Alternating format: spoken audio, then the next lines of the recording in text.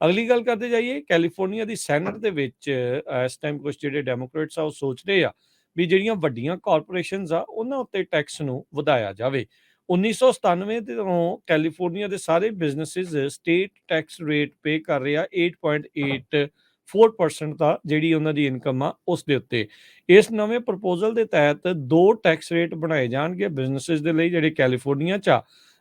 ਕੰਪਨੀਆਂ ਪਹਿਲੇ $1.5 ਮਿਲੀਅਨ ਦੇ ਉੱਤੇ 6.63% ਟੈਕਸ ਪੇ ਕਰਨਗੀਆਂ, ਤੇ ਜਿੰਨੀ ਵੀ ਮਨੀ ਉਸ ਤੋਂ 1.5 ਮਿਲੀਅਨ ਤੋਂ ਉੱਤੇ ਬਣਾਉਣਗੀ ਉਹਦੇ ਤੇ 10.99 ਜਿਹੜਾ ਟੈਕਸ ਆ ਉਹ ਰੇਟ ਰੱਖਿਆ ਗਿਆ ਆ।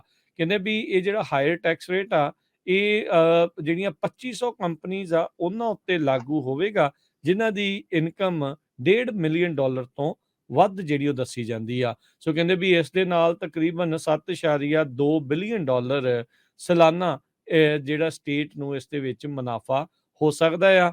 ਇਸ ਦੇ ਨਾਲ 1.6 ਮਿਲੀਅਨ ਬਿਜ਼ਨਸਿਸ ਅਜਿਹੇ ਨੇ ਜਿਨ੍ਹਾਂ ਦੀ ਇਨਕਮ $1.5 ਮਿਲੀਅਨ ਤੋਂ ਘੱਟ ਆ, ਤੇ ਉਹਨਾਂ ਦਾ ਇਨਫੈਕਟ ਸਟੇਟ ਟੈਕਸ ਰੇਟ ਜਿਹੜਾ ਆ ਉਹ ਘਟ ਜਾਊਗਾ। ਤੇ ਉਦਾਂ ਸਟੇਟ ਦਾ ਰੈਵਨਿਊ $2.2 ਬਿਲੀਅਨ ਘਟੂਗਾ, ਪਰ ਦੂਜੇ ਪਾਸੇ $7.2 ਬਿਲੀਅਨ ਵਧੂਗਾ। ਸੋ ਕੁੱਲ ਮੁਨਾਫਾ ਜਿਹੜਾ $5 ਬਿਲੀਅਨ ਦਾ ਇਸ ਵਿੱਚ ਹੋ ਸਕਦਾ ਹੈ। ਸੋ ਸਮਾਲ ਬਿਜ਼ਨਸ ਓਨਰਸ ਦੇ ਲਈ ਜੇ ਇਸ ਦੇ ਫੇਸ ਦੇ ਉੱਤੇ ਜਾਈਏ ਤਾਂ ਇਹਨਾਂ ਨੂੰ ਫਾਇਦਾ ਹੋ ਸਕਦਾ ਆ, ਪਰ ਇਹ ਹੁਣ ਦੇਖਣਾ ਹੋਊਗਾ ਵੀ ਕੀ ਇਸ ਪ੍ਰਪੋਜ਼ਲ ਨੂੰ ਲੈਜਿਸਲੇਚਰ ਦੇ ਵਿੱਚ ਵੀ ਜਿਹੜਾ ਆ ਸਾਥ ਮਿਲਦਾ ਆ ਜਾਂ ਨਹੀਂ। ਉੱਦਾਂ ਤਾਂ ਡੈਮੋਕ੍ਰੇਟ ਦੋਨਾਂ ਹੀ ਚੈਂਬਰਸ ਦੇ ਵਿੱਚ ਮੈਜੋਰਟੀ 'ਚ ਨੇ, ਤੇ ਹਾਲ ਦੀ ਘੜੀ ਜਿਹੜੇ ਲੀਡਰਸ ਆ ਇਹਨਾਂ ਦੀ ਪਾਰਟੀ ਦੇ ਵੱਲੋਂ ਸਟੇਟ ਅਸੈਂਬਲੀ ਦੇ ਇਸ ਪਲਾਨ ਦੇ ਉੱਤੇ ਐਗਰੀ ਨਹੀਂ ਕੀਤੇ। ਤੇ ਉਧਰ ਗੈਵਿਨ ਨਿਊਸਮ ਨੇ ਕਿਹਾ ਵੀ ਕਹਿੰਦੇ ਜੇ ਮੇਰੇ ਡੈਸਕ ਦੇ ਉੱਤੇ ਪਹੁੰਚਿਆ ਤਾਂ ਮੈਂ ਝੱਟ ਦੇਣੀ ਇਸ ਨੂੰ ਸਾਈਨ ਕਰ ਦਊਂਗਾ।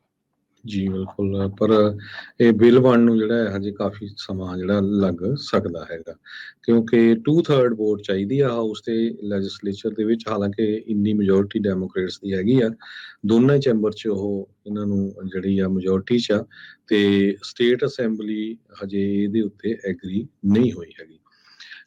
ਅਗਲੀ ਖਬਰ ਵੱਲ ਚੱਲੀਏ। ਕੈਲੀਫੋਰਨੀਆ ਦੇ ਰੀਟੇਲ ਹੈਡ ਉਹਨਾਂ ਨੇ ਪ੍ਰੋਪੋਜੀਸ਼ਨ 47 ਨੂੰ ਲੈ ਕੇ ਕਿਹਾ ਆ ਵੀ ਇਹ ਜਿਹੜਾ ਕੈਲੀਫੋਰਨੀਆ 'ਚ ਲਾ ਬਣਾਇਆ ਗਿਆ ਸੀ ਬਹੁਤ ਹੀ ਗੰਦਾ ਲਾ ਸੀ, ਜਿਹਦੇ ਨਾਲ ਚੋਰੀਆਂ ਇੰਨੀਆਂ ਜ਼ਿਆਦਾ ਵੱਧ ਗਈਆਂ ਆ।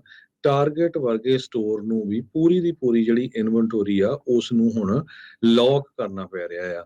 ਸਰੋਤਿਆਂ ਨੂੰ ਦੱਸਦੇ ਜਾਈਏ, ਪ੍ਰੋਪੋਜੀਸ਼ਨ 47 ਇਹ ਉਹੀ ਪ੍ਰੋਪੋਜੀਸ਼ਨ ਆ ਜਿਸ ਦੇ ਮੁਤਾਬਕ ਜਿਹੜਾ ਕ੍ਰਾਈਮ ਆ ਉਹਨੂੰ ਡਾਊਨਗ੍ਰੇਡ ਕਰ ਦਿੱਤਾ ਗਿਆ ਸੀ। ਜੇ ਤੁਸੀਂ $950 ਤੱਕ ਦੀਆਂ ਸਮਾਨ ਦੀ ਚੋਰੀ ਕਰਦੇ ਆ ਤੇ ਤੁਹਾਨੂੰ ਜਿਹੜੀ ਆ ਫੈਲਨੀ ਨਹੀਂ ਲੱਗਣੀ, ਮਿਸਡਮੀਨਰ ਚਾਰजेस ਲੱਗੂਗੇ। $950 ਤੋਂ ਉੱਪਰ ਹੋਊਗੇ ਫੇਰ ਤੁਹਾਡੇ ਤੇ ਫੈਲਨੀ ਲੱਗ ਸਕਦੀ ਆ। ਇਸੇ ਤੋਂ ਬਾਅਦ ਬਹੁਤਾ ਜਿਹੜਾ ਇਹ ਸਮੈਸ਼ ਐਂਡ ਗ੍ਰੈਬ ਵਾਲਾ ਜਿਹੜਾ ਆ ਮੁੱਦਾ ਵੀ ਸ਼ੁਰੂ ਹੋਇਆ। ਇਕੱਠੇ ਜਾਣੇ ਵੜ ਜਾਓ, ਸਮਾਨ $900 ਦਾ ਘੱਟ ਦਾ ਜਿਹੜਾ ਹੈਗਾ ਚੱਕ ਕੇ ਤੇ ਭੱਜ ਜਾਓ। ਹੁਣ ਕੈਲੀਫੋਰਨੀਆ ਰਿਟੇਲ ਐਸੋਸੀਏਸ਼ਨ ਦੇ ਪ੍ਰੈਜ਼ੀਡੈਂਟ ਰਾਸ਼ੇਲ ਮਿਸ਼ਲਿਨ ਉਹਨਾਂ ਨੇ ਕਿਹਾ ਆ ਵੀ ਇਹ ਹੁਣ ਤੁਹਾਡੇ ਦੇਖੋ ਵੀ ਨੇਬਰਹੁੱਡ ਕਿਸ ਤਰ੍ਹਾਂ ਹੋ ਰਹੀ ਹੈਗੀ ਆ। ਟਾਰਗੇਟ ਵਰਗੇ ਸਟੋਰਾਂ ਨੇ ਆਪਣੇ ਇਨਵੈਂਟੋਰੀ ਨੂੰ ਲੌਕ ਕਰ ਦਿੱਤਾ ਆ ਸ਼ੀਸ਼ਿਆਂ ਦੇ ਵਿੱਚ, ਵੀ ਜਦੋਂ ਤੁਸੀਂ ਚਾਹੋਗੇ ਦੇਖੋਗੇ ਫੇਰ ਉਹ ਸਮਾਨ ਕੱਢ ਕੇ ਤੁਹਾਨੂੰ ਜਿਹੜੇ ਦਊਗੇ।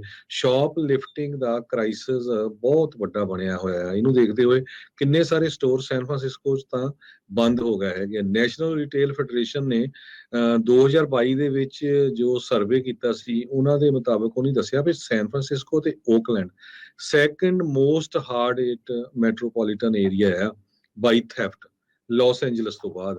ਤੇ ਇਹਨਾਂ ਦੋ ਟਾਊਨਾਂ 'ਚ ਸਭ ਤੋਂ ਜ਼ਿਆਦਾ ਜਿਹੜੀ ਆ ਚੋਰੀ ਹੁੰਦੀ ਹੈਗੀ ਆ। ਐਪਲ ਸਟੋਰ ਇਨ ਪਾਲੋ ਆਲਟੋ ਜਿਹੜਾ ਆ ਉਹਨਾਂ ਨੇ ਕਿਹਾ ਵੀ $35,000 ਤੋਂ ਵੱਧ ਦਾ ਜਿਹੜਾ ਸਮਾਨ ਆ ਉਹਨਾਂ ਦੇ ਸਟੋਰ ਤੋਂ ਚੋਰੀ ਕੀਤਾ ਗਿਆ। ਉਹਨਾਂ ਦੇ ਕੋਲ ਵੀਡੀਓਜ਼ ਵੀ ਹੈਗੀਆਂ ਆ ਬਲੈਕ ਫਰਾਈਡੇ ਵਾਲੇ ਦਿਨ ਵੀ, ਪਰ ਜਿਹੜੇ ਉਹਨਾਂ ਦੇ ਸਿਕਿਉਰਿਟੀ ਗਾਰਡ ਆ ਉਹ ਫਿਰ ਉਹ ਰੋਕਦੇ ਨਹੀਂ ਹੈ। ਉਹ ਵੀ ਕੀ ਕਰਨ, ਡਰਦੇ ਆ ਵੀ ਕੱਲ ਨੂੰ ਕੋਈ ਜਿਹੜਾ ਆ ਉਹਨਾਂ ਨੂੰ ਸੱਟ ਚੋਟ ਨਾ ਮਾਰੇ। ਉਸੇ ਸਟੋਰ ਨੂੰ ਕਹਿੰਦੇ 2018 ਚ 24 ਘੰਟਿਆਂ ਚ ਚੋਰੀ ਲਈ $1 ਲੱਖ ਦਾ ਸਮਾਨ ਉਹਦੇ ਚੋਂ ਚੋਰੀ ਕੀਤਾ ਗਿਆ ਸੀ। ਉਸ ਤੋਂ ਪਹਿਲਾਂ 2016 ਦੇ ਵਿੱਚ ਵੀ ਉੱਥੇ ਜਿਹੜੀ ਚੋਰੀ ਹੋਈ ਸੀ। ਸੋ ਇੰਨੀ ਜ਼ਿਆਦਾ ਜਿਹੜੀ ਆ ਚੋਰੀ ਚਕਾਰੀ ਸਟੋਰਾਂ ਦੇ ਉੱਤੇ ਵਧੀਆ ਹੈਗੀ ਆ। ਇਹ ਸਾਰਾ ਕੁਝ ਜਿਹੜਾ ਪ੍ਰੋਪੋਜੀਸ਼ਨ 47 ਕਰਕੇ ਹੋਇਆ। ਹੁਣ ਜਿਹੜੇ ਲੈਜਿਸਲੇਟਰਸ ਹੈਗੇ ਆ, ਉਹਨਾਂ ਦੇ ਉੱਤੇ ਹੁਣ ਪੂਰਾ ਪ੍ਰੈਸ਼ਰ ਬਣਿਆ ਆ ਵੀ ਭਾਈ ਇਸ ਨੂੰ ਜਿਹੜਾ ਰਿਵਾਈਜ਼ ਕਰੋ। ਇਹ ਕਿਉਂਕਿ ਪਹਿਲਾਂ ਸ਼ਾਇਦ $250 ਸੀ, ਉਹ ਤੋਂ ਬਾਅਦ ਇਸ ਨੂੰ ਵਧਾ ਕੇ ਜਿਹੜਾ ਆ ਉਹ $950 ਕਰ ਦਿੱਤਾ ਗਿਆ ਸੀ।